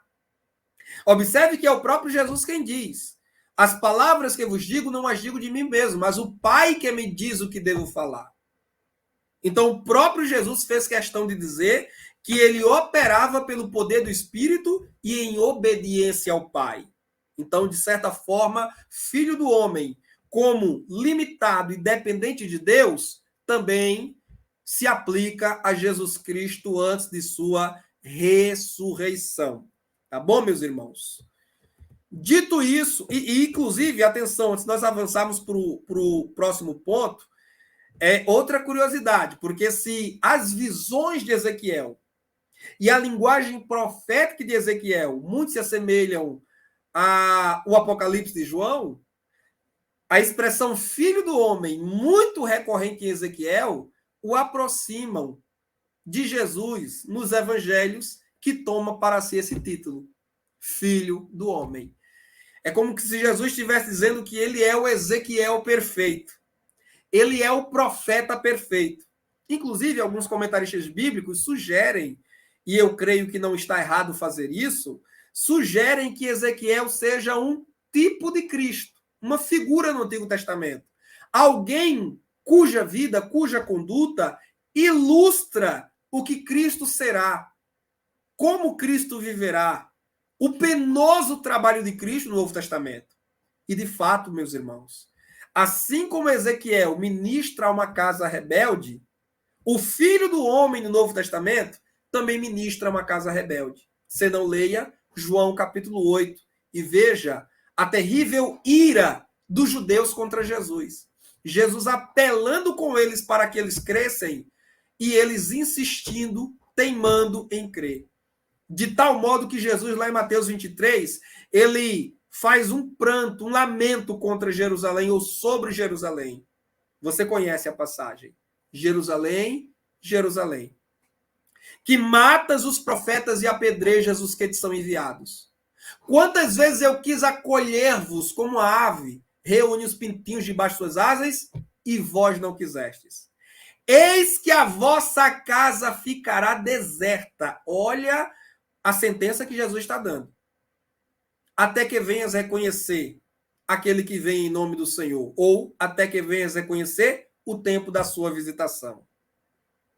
Ora, a rejeição dos judeus a Cristo não foi a rejeição dos judeus a Ezequiel? E que o próprio Senhor já lhe havia antecipado? Você vai falar a uma casa rebelde. Eles não vão te ouvir. Mesmo quando eles compareciam diante de Ezequiel, lá no miolozinho do livro de Ezequiel, vai se dizer isso. Eles iam, até de bom grado, vamos lá ouvir o profeta, mas Deus vai dizer a Ezequiel, Ezequiel, eles estão indo a você como quem vai ouvir canções. Eles não querem o conteúdo, eles querem apenas a forma, eles querem apenas a emoção. Você é para eles como um ator, ainda que você não seja ator, mas para eles você é um ator. E de fato, não é? Ezequiel, ele usa de muitas parábolas, linguagem dramática, ele faz teatro de rua, literalmente teatro de rua, Observe, desde o capítulo 4 e 5, né? Ele faz uma maquete de Jerusalém, e tudo isso ele faz publicamente, viu, irmãos? Ele faz isso publicamente aos olhos de judeus exilados em Babilônia. O povo está vendo as cenas dramáticas, ele está interpretando. Ele é um oráculo vivo. Ele é um homem-mensagem. Ele usa o corpo, viu, professor? Eu sempre ministro isso quando estou falando a professores. Ele usa o corpo, como nós também devemos usar o nosso corpo, como um grande recurso audiovisual. E Ezequiel usa o seu corpo como um recurso audiovisual. E ele é muito capacitado, ele é muito habilidoso, ele é muito versátil nesse sentido. Porque ele consegue encenar a mensagem que Deus entrega para que o povo não só ouça, mas veja. Isso é pedagógico. Nós aprendemos muito mais vendo do que apenas ouvindo e apenas lendo. Então Deus diz: fale, escreva e dramatize a mensagem que eu lhe entrego. E o povo ia, porque o povo achava aquilo um espetáculo, achava aquilo muito interessante, mas não havia um engajamento, um envolvimento espiritual. Não havia um compromisso sincero. Isso é o que é mais triste. Mas isso coloca justamente Ezequiel ao lado de Cristo, porque não é o que acontece também com Jesus? O próprio Jesus não faz essa denúncia no capítulo 6 do livro de João? As multidões iam a ele por conta de quê? Do drama dos milagres, do espetáculo de sinais e maravilhas, mas não por uma fé genuína no Filho de Deus, não por um compromisso de arrependimento, de conversão, não. Tanto é que Jesus esfrega isso na cara deles. Vocês me seguem não porque creram, mas porque comeram pão e se fartaram e querem mais. Então, eu creio que é proveniente, é procedente dizer que Ezequiel é um tipo de Cristo e Cristo é um antítipo de Ezequiel. Ou seja, Ezequiel é uma ilustração futurística e Cristo é o cumprimento dessa imagem. Jesus é o Ezequiel perfeito. Por isso não é sem razão que Ezequiel seja o homem no Antigo Testamento mais chamado de filho do homem, ao passo que Jesus é, no Novo Testamento, aquele que é mais autoproclamado como filho do homem, porque ele de fato é humano também, e ele foi rejeitado também, ele foi perseguido também, e infelizmente muitos que compareceram diante dele não tinham um compromisso verdadeiro com a sua palavra e com o evangelho que ele estava a trazer. Quarto ponto, porque esse tópico é mais longo, o atalaia sobre a casa de Israel. Em sua chamada para ser profeta, Ezequiel é posto por Deus como atalaia sobre a casa de Israel. Bem, já definimos o que é atalaia, já definimos qual é a função do atalaia. Agora, trazendo para uma aplicação espiritual, dizemos que Ezequiel é mensageiro de advertências divinas ao povo de Israel, especialmente os que estão no cativeiro. Ezequiel 3, 16 a 21, Ezequiel 33, 7. Vamos ler apenas esse versículo para não nos alongar, né? Ezequiel 33, 7. Observe que é o próprio Deus, depois de dizer qual é a atribuição do atalaia, Deus vem agora a Ezequiel e lhe diz assim: filho do homem, eu fiz de você uma sentinela, ou uma atalaia, como talvez diga a sua versão Almeida corrigida, para a nação de Israel. Por isso, ouça a minha palavra e advirta-os em meu nome. Então, a missão preponderante do atalaia é advertir o povo do perigo iminente. E agora, no sentido espiritual, Ezequiel está sob incumbência divina a advertir os seus irmãos judeus do perigo da idolatria, da violência, da injustiça, da incredulidade, da rebeldia. Ele tem o dever de ser fiel e diligente na entrega da mensagem que o Senhor puser em sua boca. Eu gostaria de ler esse texto com vocês, de Ezequiel 3, 26 e 27, porque tem uma informação aqui que eu acho interessantíssima, com uma forte aplicação prática para os nossos dias. Abra sua Bíblia e confira comigo Ezequiel 3, 26 e 27. Deus diz ao seu profeta: farei sua língua apegar-se ao céu da boca, para que você fique calado e não possa repreendê-los, embora seja uma nação rebelde. O que é que Deus está dizendo aqui para Ezequiel? Ezequiel, eu vou segurar sua língua e você não vai falar nada. Mas olha o versículo seguinte. Mas quando eu falar com você, abrirei sua boca e você lhes dirá: assim diz o soberano, o Senhor. Você percebeu o que é que Deus está dizendo aqui? Eu acho esse texto interessantíssimo. E penso que nós, crentes, precisamos dar muita atenção ao que ele está dizendo a nós. Porque Paulo diz em Romanos que tudo que antes foi escrito, para o nosso ensino foi escrito. O que Deus está dizendo a Ezequiel é: Ezequiel, quando eu não falar com você, eu prendo sua língua. Mas quando eu falar com você, eu abro sua boca. Dito de outra forma, Ezequiel, você não vai dizer nada mais e nada menos do que eu ordenar. Você não vai falar de sua própria vontade. Você não vai dizer o que você quer dizer, bem ou mal. Não. Você vai dizer o que eu mandar você dizer. E se eu precisar amarrar sua língua, colar ela no céu da sua boca para que você não consiga articular palavras, assim eu farei. E quando eu quiser que você fale algo, quer o povo ouça, quer não, mas se eu quiser que você fale, eu vou abrir sua boca e vou inspirar palavras em sua boca para você falar. Irmãos, isso é fantástico. Qual é a aplicação prática que nós extraímos aqui para não ficarmos só em ponderações teóricas, históricas, né, gramaticais, exegéticas? A profunda aplicação prática que extraímos aqui de Ezequiel 3, 26 e 27 é a seguinte, você já entendeu. Nenhum de nós tem autoridade e liberdade de falar em nome de Deus o que Deus não nos mandou falar. Nenhum de nós, eu tenho batido muito nessa tecla e já tem gente achando que eu sou chato por conta disso, mas quanto mais eu estudo a Bíblia, e agora com Ezequiel então, eu me asseguro dessa posição, que é a seguinte: nós estamos banalizando o dom de profecia. Estamos transformando desejo em profecia. Deixa eu me colocar agora em tela cheia. Estamos transformando desejo em profecia. Por isso tem sido muito frequente em cultos pentecostais ouvirmos pastores, dirigentes de culto, cantores e pregadores dizerem: eu profetizo na sua vida. Ou então, eu declaro na sua vida. Ou então, profetize na vida do seu irmão. Declare na vida do seu irmão. Lá atrás, nós batíamos bastante na coisa da confissão positiva, a história do decreto, determine. Nós pentecostais, né? Eu até tenho saudade desse tempo, sabe? Nós batíamos muito. Não, irmãos, quem decreta é Deus. Acabe com essa história de eu decreto, eu determino. Mas nós pentecostais criamos um paliativo, um subterfúgio, viu?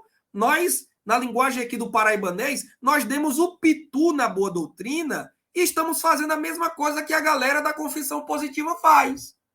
Porque estamos, eu profetizo, eu declaro. O que é isso? É só uma outra forma gourmet, pentecostalizada, de dizer eu decreto, eu determino.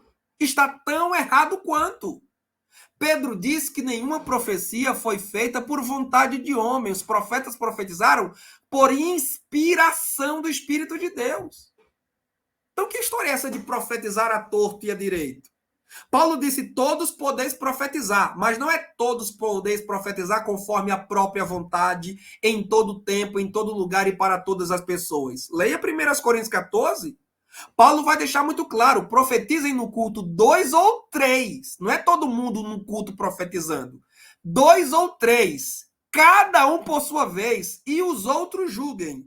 E Paulo ainda diz mais assim: e se a um for dada uma revelação, sente-se, cale-se o primeiro e levante-se agora esse que recebeu a revelação. Por quê? Porque só pode profetizar a igreja quem recebeu uma revelação de Deus. A profecia, eu digo isso em meu livro Poder, Pentecostal. A profecia é serva da revelação. Olha o Antigo Testamento, irmão. Nenhum profeta se escalava para profetizar, não. Nenhum profeta dizia, eu quero profetizar. Eles profetizavam por impulso do Espírito Santo. Olha Ezequiel, veio sobre mim a mão do Senhor, o Espírito entrou em mim, me pôs de pé, me levantou pelos cabelos. É o Espírito conduzindo. Aliás, alguém até chama o livro de Ezequiel de Atos do Espírito Santo no Antigo Testamento.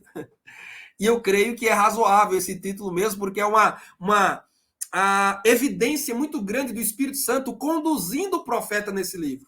Atos do Espírito Santo no Antigo Testamento. É o livro de Ezequiel. Então está claro, irmãos, nesse texto que a gente não profetiza a bel prazer, não. Nós devemos pedir a Deus que faça conosco o que fez com Ezequiel. Senhor, quando não quiseres que eu fale, trava a minha língua. Gruda a minha língua no céu da minha boca. Mas quando quiseres que eu fale, solta a minha língua, unge a minha boca, impulsiona as minhas cordas vocais, dá a minha mensagem, dá a minha revelação e ajude-me para que eu seja fiel na transmissão dela, não dizendo nada mais e nada menos do que o Senhor mandar. Amém, meus irmãos? Então vamos acabar com a banalização. É banalização do dom de profecia em nossa igreja. Profecia não é desejo. Se você quer desejar o bem, diga, eu desejo. Eu desejo porta de emprego, eu desejo cura divina, eu desejo que Bolsonaro ganhe essas eleições. É desejo, não é profecia. Porque quando você diz eu profetizo, você está dizendo eu estou falando o que Deus mandou dizer. E cuidado para não mentir em nome de Deus. Cuidado para não tomar o nome do Senhor em vão. Cuidado para não enganar. Porque Deus há de pedir contas àqueles que usam falsamente o seu nome, dizendo assim diz o Senhor, sem o Senhor nada ter dito. Deus exige de Ezequiel fidelidade na transmissão da mensagem. E esse compromisso também é um compromisso nosso. Nós não estamos desobrigados de uma revelação para poder profetizar. Continuamos sob essa mesma obrigação. Só profetiza quem recebeu uma revelação. Amém, minha gente? Dito isso, saltamos para o quarto e último tópico de nossa lição, que é sobre a responsabilidade. Porque responsabilidade, irmãos, moral, pessoal, individual, é um tema predominante no livro de Ezequiel. Tanto a responsabilidade, como o comentarista vai desenvolver nos próximos pontos, e nós vamos mostrar aí, tanto a responsabilidade do profeta em transmitir a mensagem com integridade e fidelidade, tanto a responsabilidade de quem ouve obedecer a essa mensagem, tanto a responsabilidade do ímpio se converter, como a responsabilidade do justo perseverar na fé. Então, Ezequiel vai estar sempre ressaltando a importância de cada um de nós sermos responsáveis, admitirmos nosso pecado, assumirmos um compromisso de arrependimento e perseverarmos na justiça, porque apartando-se dela, haveremos de nos encontrar com o juízo e a condenação vindoura. Vamos refletir sobre isso a partir do primeiro ponto, que é a responsabilidade do cristão. Aqui, o pastor Ezequiel Soares, ele nos leva a aplicações práticas da lição. E com minhas palavras eu digo, Ezequiel tinha o dever de avisar ao ímpio o perigo de viver em pecado. Deus vai dizer isso pelo menos 2 vezes, no capítulo 3, no capítulo 33. Deus vai dizer, olha, Ezequiel, você deve avisar o ímpio do pecado dele. Se ele não se arrepender, o problema é só dele. Mas se você deixar de avisar e ele morrer no pecado, o problema é dele e seu. Dele porque o pecado é dele. E seu porque você foi desobediente, foi omisso. Então, convém que preguemos, eu coloco aí, olha, estamos sob semelhante incumbência. Pregar o evangelho a toda criatura. E fazer discípulos de todas as nações, ensinando-os a guardar tudo o que o Senhor mandou. O Senhor não está mandando Ezequiel entregar toda a mensagem para que o povo obedeça? Pois bem, o Senhor também nos mandou na grande comissão pregar o evangelho e ensinar tudo o que ele nos mandou. Mateus 28, 19 e 20. Como disse Paulo, ai de mim se não pregar o evangelho. Ai de mim. Paulo vai até dizer assim, me é imposta essa obrigação. Me é imposta essa obrigação. Eu estou debaixo de um santo dever e não posso fugir dele. Se fugir, serei reprovado e condenado por Deus. Não poderei ser salvo, finalmente, contrariando esse dever. Não poderei estar na eternidade com Deus, em eterno gozo, em eterna felicidade, se eu negligenciar esse dever que me foi entregue. Anunciar o evangelho. Por isso, responsabilidade do cristão. É possível que no desdobrar do trimestre a gente volte a esse assunto, mas aqui, apenas a título de apresentação, dizemos que o livro de Ezequiel trabalha bastante com essa posição do homem de Deus, o servo de Deus, entregar a quem ele deve entregar a mensagem e toda a mensagem do Senhor. Creio que foi o Charles Spurgeon quem disse, a Bíblia, toda a Bíblia, nada além da Bíblia, essa é a religião da Igreja de Cristo. Segundo ponto, agora a responsabilidade do ímpio. Bem, o cristão, o pregador, o profeta, o pastor, o líder espiritual, tem a responsabilidade de comunicar o evangelho, do arrependimento, da fé, da graça. E o ímpio? Ezequiel destaca que cada um é responsável pelos seus pecados. É muito conhecido o texto de Ezequiel 18, 20, vamos ler aqui, onde ele destaca a responsabilidade individual no pecado. Ele diz, aquele que pecar é que morrerá. O filho não levará a culpa do pai, nem o pai levará a culpa do filho. A justiça do justo lhe será acreditada e a impiedade do ímpio lhe será cobrada. Deixa eu grafar aqui esse texto da minha Bíblia. Vou sublinhar, porque ainda não estava marcado. Então, Ezequiel está deixando muito claro as palavras de Deus. A cobrança de Deus é individual. É com cada um, ela é personalizada. Na medida do que você ouviu, na medida do que você sabe, na medida do que você responde ao que Deus lhe falou. Se o pregador tem o dever de pregar, o pecador tem o dever de ouvir e crer na mensagem do Senhor. Parece um trocadilho aí, né? Um trava-língua, mas é isso mesmo. O pregador tem o dever de pregar. O pecador tem o dever de ouvir e crer, arrependendo-se do pecado e voltando-se para Deus. Inclusive, é no livro de Ezequiel que Deus vai dizer, não tenho prazer na morte do ímpio. Antes desejo que o ímpio se arrependa dos seus maus caminhos e viva. Embora misericordioso, o Senhor não tenha o culpado por inocente. É o que diz o profeta Naum no primeiro capítulo, versículo 3 do seu livro. Por isso o ímpio tem responsabilidade. Por quê? Porque Deus não vai tratá-lo como bichinho, como coitadinho. Ele é pecador. Precisa se arrepender. Deus tem enviado missionários, evangelistas, pregadores ao mundo inteiro, presencialmente ou agora virtualmente, através da internet. O fato é que Deus está se fazendo ouvir em toda a terra. O ímpio, portanto, tem a responsabilidade de ouvir, atentar, dar crédito, arrepender-se e obedecer a essa mensagem para que viva. Do outro modo, ele irá enfrentar o juízo de Deus, como os conterrâneos e contemporâneos de Ezequiel sofreram e amargaram. Terceiro ponto, parece-me já o último, isso mesmo, nossa lição, a extensão da nossa responsabilidade. Bem, no primeiro ponto dissemos que o cristão tem a responsabilidade de pregar. No segundo ponto dissemos que o ímpio tem a responsabilidade de ouvir e crer. Agora, nesse último ponto da lição, um outro destaque em Ezequiel é quanto à perseverança na justiça e o cuidado para não se desviar. Então, agora, a responsabilidade do justo é não só pregar ao ímpio, como ele mesmo preservar a sua justiça. Preservar-se a si mesmo na integridade. Lembra-se de Paulo dizendo a Timóteo?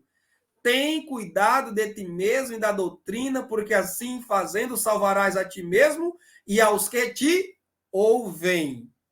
Tem cuidado de ti mesmo. 1 Timóteo 4, eu mostrei essa referência em algum slide anterior. Então, ter cuidado de si mesmo. Não basta ter cuidado da proclamação, da evangelização. É preciso cuidar de si. Paulo, inclusive, vai dizer isso. Para que pregando a outros, eu não venha a ser reprovado. Há uma ameaça muito real no livro de Ezequiel, viu, irmãos? Que vai na contramão do que ensinam os irmãos calvinistas. Pastor Ezequiel Soares, inclusive, no livro de apoio, ele fala sobre isso. Ele diz que o livro de Ezequiel refuta a teoria calvinista da eleição incondicional. Né? Deus determinou salvar certas pessoas, independente de quem elas sejam, do que elas façam, do que elas digam. Deus as escolheu irresistivelmente e elas vão perseverar até o fim na fé. Né? Daí vem o jargão calvinista que é uma vez salvo, salvo para sempre. Não. Ezequiel deixa muito claro nessas referências que estão aí. Ezequiel 3, 20 e 21. Ezequiel 33, 12 e 13.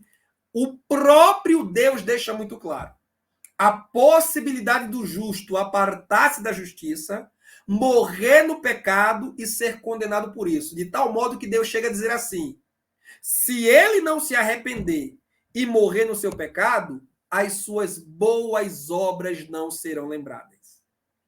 Ora, se as boas obras do justo que se arrepender, que morreu no pecado, não serão lembradas, que final então lhe aguarda após a morte?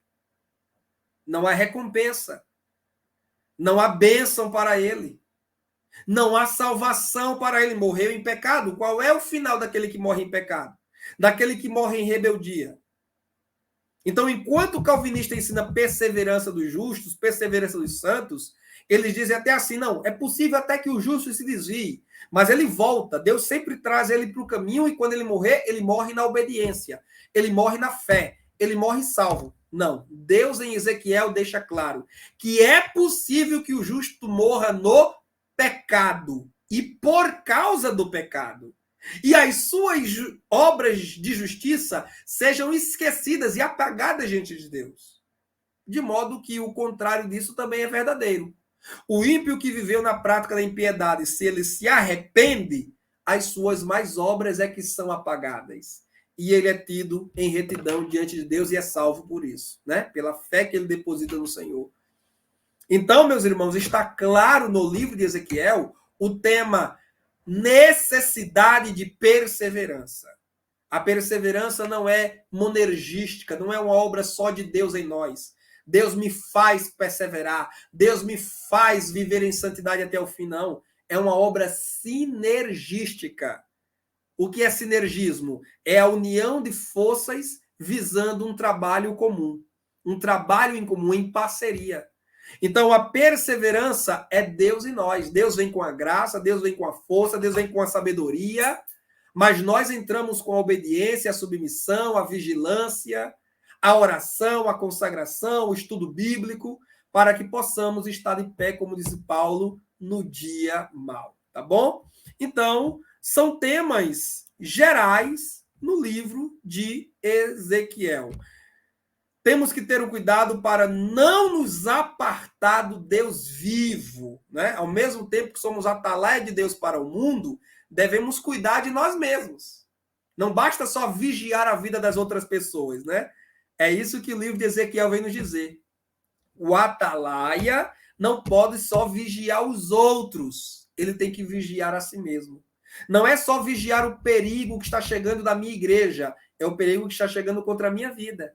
Pela internet, pelo meu celular, pelas mensagens que eu recebo, conversas, propostas, situações aparentemente de prazer, de deleite, de vantagem, mas que são um verdadeiro perigo e risco para a minha alma, para meu casamento, para a minha família, para o meu ministério, para a minha igreja.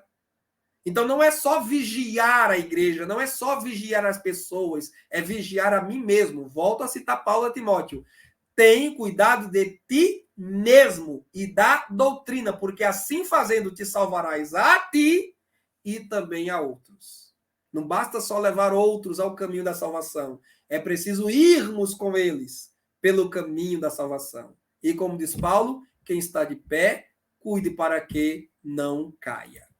Concluo essa lição dizendo assim: tendo dado início ao trimestre, convém que nos encorajemos mutuamente a leitura integral do livro de Ezequiel, um dos profetas maiores, isto é, que mais escreveu, para que possamos ter conhecimento adequado do seu ministério profético, dentro do seu devido contexto histórico, e a partir daí fazermos corretas aplicações em nossos dias, como algumas que eu fiz na nossa exposição. Deus é Senhor e juiz de toda a terra. Essa é uma mensagem patente no livro de Ezequiel. Bem, irmãos e irmãs, estamos só começando o 4º trimestre do ano. E eu estou muito feliz com Deus e com vocês pela oportunidade de aqui estar com a nossa mentoria, interagindo diariamente lá em nosso grupo do Telegram, continuar aqui com nossas aulas ao vivo uma vez na semana, com nossas publicações diárias no Instagram e no Facebook. E eu tenho certeza que o Espírito de Deus tem lições riquíssimas guardadas para nós. Professores e professoras, renovemos do Senhor as nossas forças, em comunhão com Deus, em comunhão com a nossa igreja local, em comunhão com nossos alunos. Não baixemos a cabeça, nem empurremos a obra com a barriga, porque, infelizmente, há professores que, quando vai chegando no final do ano, tendem a levar a obra de qualquer jeito. Façamos isso não. Sejamos excelentes no ensino da palavra de Deus. Leiamos a Bíblia, Ezequiel na íntegra.